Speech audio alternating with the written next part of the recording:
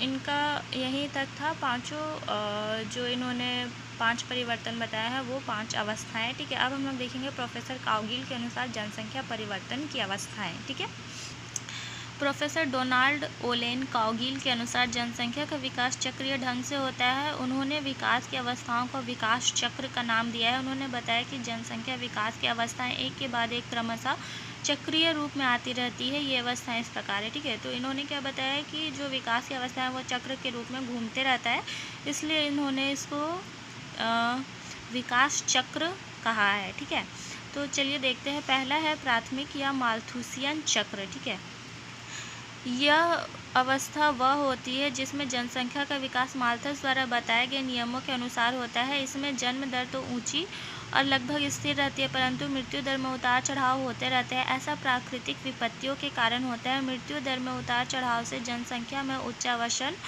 होते रहते हैं। फसल नष्ट होने से अकाल के प्रभाव में मृत्यु दर पुनः बढ़ जाती है तथा जब फसल अच्छी रहती है तो मृत्यु दर घट जाती है। इस तरह कृषि में चक्रीय उतार चढ़ाव आने से जनसंख्या में भी उतार चढ़ाव आता है। इस अवस्था को चित्र द्वारा दर्शाया गया है। ठीक है, तो पहला है जो प्राथमिक या माल्थुसियन चक्र जिसको बोला गया है, इसमें इन्होंने क्या बताया कि जन्म दर और मृत्यु दर जो क्या है, नहीं, जन्म दर तो ऊंची रहती है और स्थिर रहती है, लेकिन मृत्यु दर क्या होता है, उसमें उतार चढ़ाव होते रहता है। ठीक है, ऐसा इसलिए होता है क्योंकि प्राकृतिक विपत्तियाँ, ठीक है, प्राकृतिक विपत्तियाँ जैसे बाढ़, भूकंप या फिर अतिवृष्टि यानी कि ज़्यादा वर्षा हो जाना या फिर अकाल, इस तरीक़े से क्या होता है, अगर होता है तो फसल मतलब अगर बाढ़ हुआ या फिर अकाल हो गया तो उससे क्या होगा, फसल नष्ट हो जाता है, जिससे कि अनाज का उपज कम होता है। अनाज का उपज कम होता है तो लोगों को खाने के लिए उतना सबको मिल नहीं पाता है, तो उससे भी लोग भूखे मरने लगते हैं। ठीक है, तो उससे क्या होता है, मृत्यु दर बढ़ जाता है। ठीक है, और अगर फसल अच्छा हुआ मतलब सब कुछ अच्छा रहा, वर्षा समय पर हुई, सब ठीक हुआ, तो फसल अच्छा हुआ, सबको खाने के लिए मिला, तो उसमें फिर जन्म दर मतलब में बढ़ जाता है। ठीक है, तो इस तरीक़े से क्या होता है, उसमें उतार चढ़ाव होते रहता है और इसको इन्होंने फिगर के द्वारा बताया है। ठीक है, तो ये है इसका फिगर। यहाँ पे वाई अक्ष पे जन्म दर और मृत्यु दर को बताया गया है और एक्स अक्ष पे समय है। ठीक है, और यहाँ पे ये यू शेप का लिया गया है। ठीक है, यहाँ से एक एरो लाइन खींचा गया है। ठीक है, ये जो सीधा है, ठीक है, हाँ, यहाँ से एक सीधा एरो लाइन खींचा गया है। ठीक है, जो मृत्यु दर है और यहाँ पे जन्म दर है, और यहाँ से ये ऐसे यू टाइप से होते हुए यहाँ पे थोड़ा सा ऐसे हो जा रहा है। ठीक है, तो ये यहाँ पे मृत्यु दर और मतलब को बताया गया है। यहाँ पे अच्छी फसल है और यहाँ पे मृत्यु दर जो है वो ख़राब फसल है, यानी कि यहाँ पे मृत्यु दर क्या है, ख़राब फसल है तो क्या है, बढ़ रहा है, और यहाँ पे अच्छी दर है तो मृत्यु दर क्या है, घट रहा है। ठीक है, नीचे नीचे। ठीक है, तो इसको हम लोग फिगर के द्वारा देखेंगे। मतलब चित्र से एक्स अक्ष पर समय तथा वाई अक्ष पर जन्म एवं मृत्यु दर को दर्शाया गया है। जब फसल अच्छी होती है तो मृत्यु दर कम होती है और तथा फसल खराब होती है तो मृत्यु दर क्या होती है,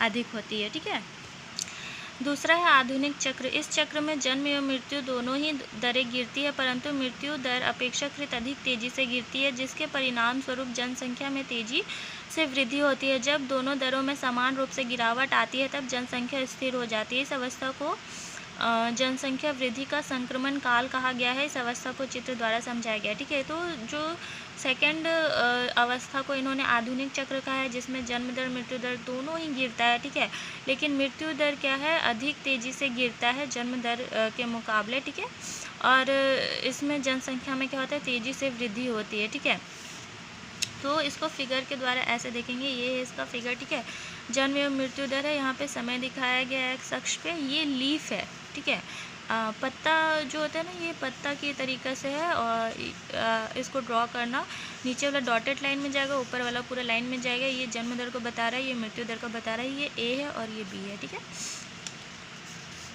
चित्र से एक्स अक्ष पर समय तथा वाई अक्ष पर जन्म एवं मृत्यु दर को दर्शाया गया है। बिंदु ए उच्च स्थिरांक है तथा बिंदु बी निम्न स्थिरांक है, जहाँ जन्म एवं मृत्यु दरें बराबर होने के कारण जनसंख्या क्या है, स्थिर है। ए बिंदु पर दोनों दरें ऊंची और बराबर है तथा बी बिंदु पर दोनों घटते हुए निम्न बिंदु पर स्थिर हो गई है। ठीक है, तीसरा है भावी चक्र। इस चक्र में मृत्यु दर के निम्नतम स्तर पर स्थिर हो जाने तथा जन्म दर में उतार चढ़ाव के कारण देश में बच्चों की संख्या अधिक होने लगती है, जिसे काउगिल ने बच्चों की बाढ़ आना कहा है। परंतु जब जन्म दर कम हो जाती है तो पुनः स्थिति सामान्य हो जाती है, इसको भी उन्होंने चित्र के द्वारा स्पष्ट रूप से बताया है। ठीक है, तो जो तीसरा इन्होंने बताया उसको इन्होंने भावी चक्र का नाम दिया है, जिसमें क्या होता है कि जन्म दर बहुत ज़्यादा हो जाता है, जिसको इन्होंने बच्चों की बाढ़ आना कहा है। ठीक है, और इसमें क्या होता है कि जैसे ही मतलब मृत्यु दर अधिक हो जाता है, यानी कि जन्म दर में कमी हो जाती है, तो स्थिति क्या होता है, पुनः सामान्य हो जाती है। इसको भी इन्होंने फिगर के द्वारा बताया, तो फिगर देखते हैं।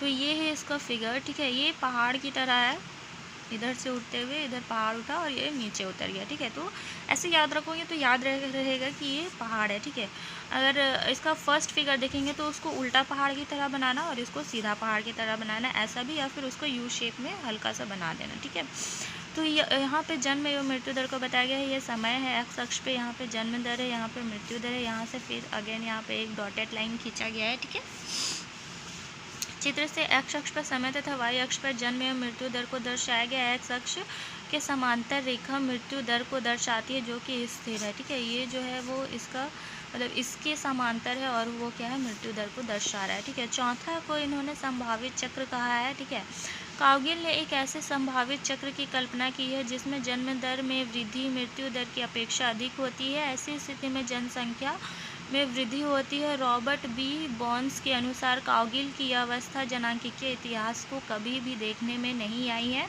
इसको भी चित्र के द्वारा स्पष्ट रूप से समझा जा सकता है। ठीक है, तो उन्होंने एक ऐसा अजम्पशंस मान लिया है प्रोफेसर काउगिल ने कि ऐसा भी हो सकता है, संभावित चक्र यानी कि संभावना है। ठीक है, प्रोबेबिलिटी है कि ऐसा भी हो सकता है, जिसमें उन्होंने क्या माना है कि जन्म दर में वृद्धि मृत्यु दर की अपेक्षा अधिक होती है। ठीक है, मतलब मृत्यु से ज़्यादा जन्म दर होता है अधिक। ठीक है, और इसमें क्या होती है कि जनसंख्या में तेज़ी से वृद्धि होती है। ठीक है, और इसको मतलब जो रॉबर्ट बी बॉन्स है बोले हैं ऐसा आज तक कभी भी देखने को नहीं मिला है जनांकीय इतिहास में। ठीक है, तो इसको भी उन्होंने फिगर के द्वारा बताया।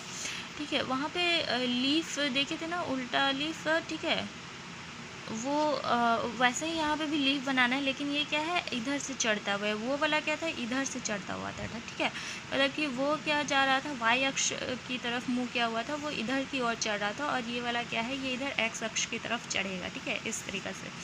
तो ये लीफ है, कंफ्यूज मत होइएगा दोनों में, वो इधर चढ़ेगा और ये इधर की साइड चढ़ेगा। ठीक है, तो उसका जस्ट ऑपोजिट बना देना यहाँ पे, और यहाँ पे जन्म एवं मृत्यु दर, यहाँ पे समय, और ये जन्म दर को बता रहा है, ये मृत्यु दर को बता रहा है, और ये नीचे वाला डॉटेड लाइन में खींचना है। ठीक है, चित्र से एक्स अक्ष पर समय तथा वाई अक्ष पर जन्म एवं मृत्यु दर को दर्शाया गया है। यहाँ जन्म दर अधिक है मृत्यु दर की अपेक्षा। ठीक है, तो पांचवा क्या है, इसको इन्होंने दीर्घकालिक जनसंख्या चक्र बोला है। काउगिल के अनुसार दीर्घकालिक जनसंख्या चक्र की अवस्था के अंतर्गत जनसंख्या में वृद्धि साधारणतः मृत्यु दर के कम होने पर अथवा जन्म दर में वृद्धि होने के कारण होती है। इसके विपरीत स्थिति में जनसंख्या में कमी आती है। दीर्घकालीन जनसंख्या चक्र का स्वरूप एस चक्र के आकार की तरह होता है। इसे भी चित्र द्वारा स्पष्ट रूप से समझा जा सकता है। ठीक है, तो पांचवा को इन्होंने दीर्घकालीन जनसंख्या चक्र बताया, जिसमें इन्होंने क्या बताया है कि दीर्घकालीन जनसंख्या चक्र की अवस्था के अंतर्गत क्या होता है, जनसंख्या में वृद्धि साधारणतः मृत्यु दर के कम होने पर अथवा जन्म दर में वृद्धि होने के कारण होती है। ठीक है, तो चलिए इसका फिगर देखते हैं।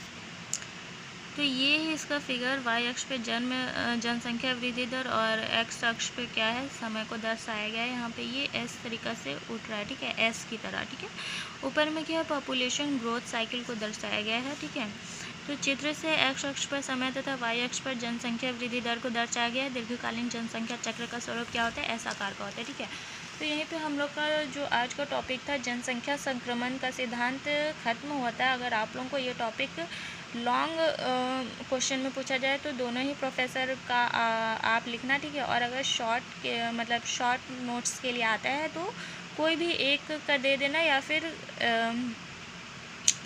लिखना तो कम लिखना। ठीक है, शॉर्ट्स में शॉर्ट करके ही दोनों ही प्रोफेसर का ऐसे भी दे सकते हैं, या फिर उसको एक एक करके, या फिर ऐसा भी हो सकता है कि दोनों प्रोफेसर का के अकॉर्डिंग आए कि प्रोफेसर सीपी ब्लैकर के अनुसार बताए और प्रोफेसर काउगिल के अनुसार बताए, तो इस तरीक़ा का क्वेश्चन आ सकता है। ठीक है, तो माइंड में रखते हुए इसको अच्छे से लिखना। तो आशा करती हूँ कि आपको ये वीडियो पसंद आए और आपके लिए हेल्पफुल रहे। तो मिलते हैं फिर नेक्स्ट वीडियो में नेक्स्ट टॉपिक के साथ। तब तक के लिए bye, take care. And like share and subscribe ज़रूर करें। Thanks for watching.